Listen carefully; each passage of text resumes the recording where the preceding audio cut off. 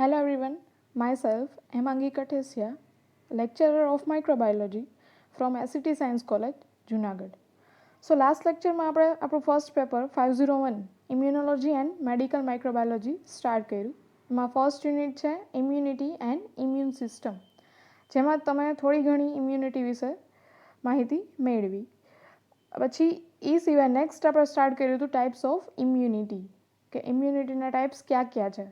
તો મેઇન બે ટાઈપ છે એના, ઇન્નેટ ઇમ્યુનિટી એન્ડ એક્વાયર્ડ ઇમ્યુનિટી. હવે આજે આપણે ઇન્નેટ ઇમ્યુનિટીના બેરિયર્સ વિશે સ્ટડી કરવાનું છે. તો ઇન્નેટ ઇમ્યુનિટી છે એ ડિફેન્સ મિકેનિઝમ તરીકે 4 ટાઈપના બેરિયર પ્રોવાઈડ કરે, કે જે આપણને પ્રોટેક્શન પ્રોવાઈડ કરે છે. હવે ફર્સ્ટ બેરિયર છે anatomic barrier, second physiologic barrier, third phagocytic barrier and fourth inflammatory barriers.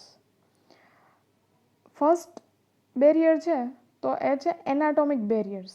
તો આપણે એના વિશે ઇન ડિટેલ સ્ટડી કરીએ. Morphological structure of body or its parts prevent the entry of many microorganisms known as anatomic barrier or physical barrier. બોડીનો કોઈ morphological part અથવા structural part કે એ કોઈ પણ માઇક્રો ઓર્ગેનિઝમ્સ અથવા તો પેથોજનને બોડીની અંદર એન્ટર થતાં અટકાવે, પ્રિવેન્ટ કરે, તો એવા બેરિયરને શું કહેવાય? એનાટોમિક બેરિયર, અથવા એનું બીજું નામ છે ફિઝિકલ બેરિયર. બહારથી આવતા એન્વાયરમેન્ટમાંથી આવતા કોઈ પણ માઇક્રો ઓર્ગેનિઝમ્સ છે અથવા તો પેથોજન છે, એને કોઈ મોર્ફોલોજિકલ પાર્ટ એન્ટર થતાં અટકાવે, એને કહેવાય anatomic barrier. Provide first line of defence against infection. ઇન્ફેક્શનની અગેન્સ્ટમાં ફર્સ્ટ જે મિકેનિઝમ, ડિફેન્સ મિકેનિઝમ કામ કરે એ એનાટોમિક બેરિયર પ્રોવાઈડ કરે. Major anatomic barriers are skin and surface of mucus membrane. Main જે બે ટાઈપ હોય એનાટોમિક બેરિયરના, તો એ છે સ્કિન અને surface of mucus membrane. So first આપણે સ્ટાર્ટ કરીશું skin. Provide hostile environment for the invading micro organisms. Skin છે એ શું કરશે? તો કે બહારથી આવતા ઓર્ગેનિઝમને હોસ્ટાઇલ એન્વાયરમેન્ટ પ્રોવાઈડ કરશે, ટૂંકમાં એને એડપ્ટ થવા દેશે નહીં. તો આ એન્વાયરમેન્ટ એ કઈ રીતના પ્રોવાઈડ કરશે? તો ફર્સ્ટ છે low pH through, dryness through and presence of anti microbial substance. આ 3 વસ્તુથી કોઈ પણ ઓર્ગેનિઝમ્સ છે એ સ્કિનની અંદર એડપ્ટેશન મેળવી શકશે નહીં.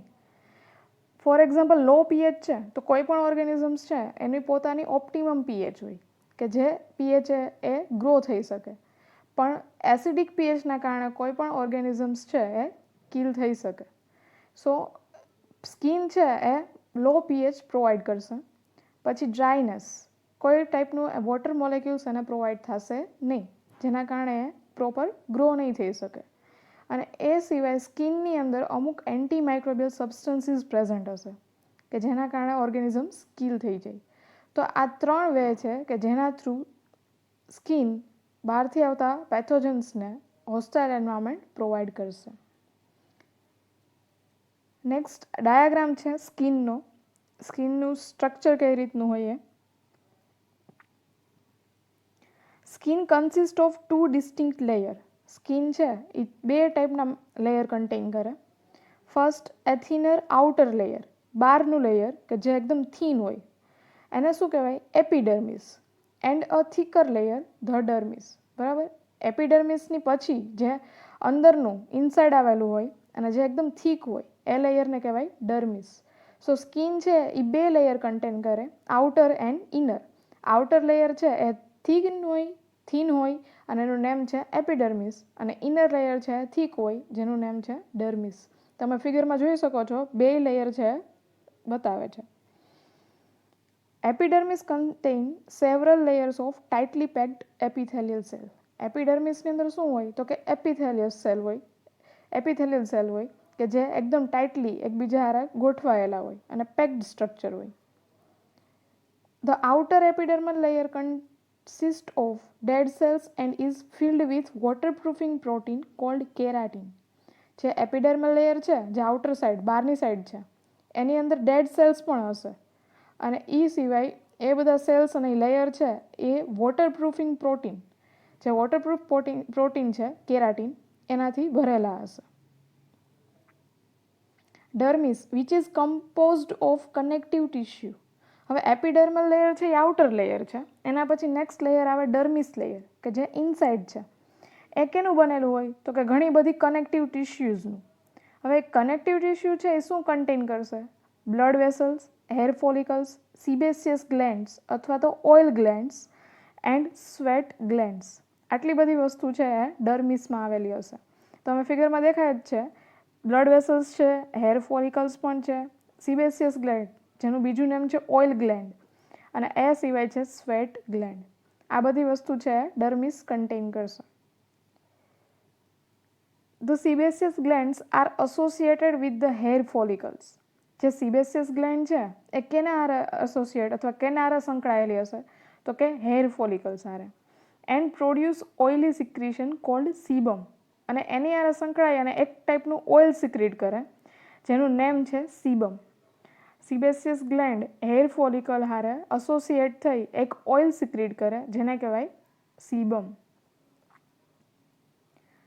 સીબમ consist of lactic acid and fatty acid. હવે જે સીબમ છે એ 2 એસિડનું બનેલું હોય, એક લેક્ટિક એસિડ અને એક fatty acid. Which maintain the pH of the skin between 3 and 5. એ સીબમનું કામ શું છે તો કે સ્કિનની પીએચ છે એ મેન્ટેન કરવાનું કામ કરશે. અને એ રેશિયો છે બિટવીન 3 and 5, 3 થી 5ની વચ્ચે પીએચ મેન્ટેન કરશે sebum. Inhibit the growth of most micro organisms. હવે જે પીએચ છે એ લો પીએચ છે, એના કારણે ઘણા બધા ઓર્ગેનિઝમ્સ છે કે જેનો ગ્રોથ કેવો થઈ જાય? ઇન્હિબિટ થઈ જાય. મોસ્ટલી ઓર્ગેનિઝમ્સ છે કે જે આ પીએચે ગ્રો થઈ શકતા નથી. અમુક એવા જે છે કે જે આ પીએચે પણ ગ્રો થઈ શકે, પણ મોસ્ટલી પેથોજન્સ હોય છે કે જે બિટવીન 3 and 5 પીએચ 3 થી 5ની વચ્ચે એનો ગ્રોથ ઇન્હિબિટ થઈ જાય, અટકી જાય. સો આ રીતે સ્કિન છે એ પ્રોટેક્શન પ્રોવાઈડ કરશે. નેક્સ્ટ છે a few bacteria, for example Propionibacterium vulgaris, that metabolize sebum, live as commensals on the skin and sometimes cause a severe form of acne. હવે અમુક બેક્ટેરિયા એવા છે, ફોર એક્ઝામ્પલ પ્રોપિયોનિબેક્ટેરિયમ છે, એ શું કરે છે તો કે સ્કિન ઉપર એઝ અ કોમનસાલ્સ રહી છે. કોમનસાલ્સ એટલે શું તો કે એક ટાઈપનું ઇન્ટ્રેક્શન. તમે એસવાયમાં ઇન્ટ્રેક્શન વિશે સ્ટડી કરી ગયા છો, માઇક્રો ઓર્ગેનિઝમ્સના ઇન્ટ્રેક્શન્સ વિશે. એમાં એક ટાઈપ હતું કોમેન્સાલ્સ. જેમાં એનો મિનિંગ શું થાય તો કોઈ એક ઓર્ગેનિઝમ છે એ કોઈ હોસ્ટ સેલનો યુઝ કરી એમાંથી કોઈ બેનિફિટ મેળવે, અને એની અગેન્સ્ટમાં હોસ્ટ સેલને ના કોઈ બેનિફિટ થાય છે અથવા તો ના કોઈ હાર્મ થાય છે. સો આ પ્રોપિયોનિબેક્ટેરિયમ છે એ સેમ એવું કરશે, સ્કિન ઉપર ગ્રો થઈ અને સીબમનો એઝ અ મેટાબોલાઇટ્સ તરીકે યુઝ કરી એ મેટાબોલાઇઝ કરશે, અને એના કારણે સ્કિનમાં ઇન્ફેક્શન લાગશે જેને આપણે કહીએ એકને. એકનેને શું કહેવાય સિમ્પલ ભાષામાં તો આપણે જે ખીલ કહીએ છીએ એ ફોર્મ ઓફ એકને જ છે. સો એ એકનેને એટલે એ ઇન્ફેક્શનને ઘટાડવા માટે તમે કોઈ ડ્રગ લેશો. ફોર એક્ઝામ્પલ એક ડ્રગ છે આઇસોટ્રિટિયોનિન અથવા તો એને કહેવાય છે એક્યુટેન, જે વિટામિન એ ડેરિવેટિવ છે. એનું કામ શું છે તો કે એકનેનું ઇન્ફેક્શન છે એને ઘટાડવાનું. સો એ શું કરશે એ drug? Prevent the formation of sebum. સ્કિનની અંદર જે સીબમનું ફોર્મેશન થાય છે એ ફોર્મેશનને પ્રિવેન્ટ કરી નાખશે, સીબમ ફોર્મ થવા દેશે નહીં. તો એના કારણે શું થશે તો કે સીબમનું કામ હતું પીએચ મેન્ટેન કરવાનું સ્કિનનું. હવે સીબમ જ ફોર્મેશન નહીં થાય તો પીએચ મેન્ટેન થશે નહીં, એના કારણે ઇન્ફેક્શન થવાના ચાન્સીસ વધી જશે.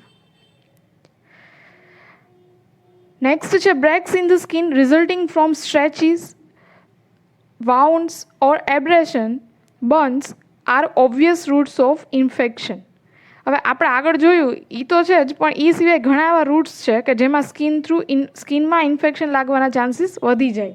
ફોર એક્ઝામ્પલ કોઈ પ્રોબ્લેમ થયો હોય અથવા કોઈ એક્સિડન્ટ થયું હોય જેના કારણે સ્ક્રેચ થઈ જાય તમારી સ્કિનમાં, વાઉન્ડ્સ થાય, કોઈ જગ્યાએ બર્ન થઈ ગયું હોય, તો આ બધા રૂટ થ્રુ ઓર્ગેનિઝમ્સ છે એ બોડીની અંદર એન્ટર થઈ શકે, અને આ બધા રૂટ છે ઇન્ફેક્શન કોઝ થવાના.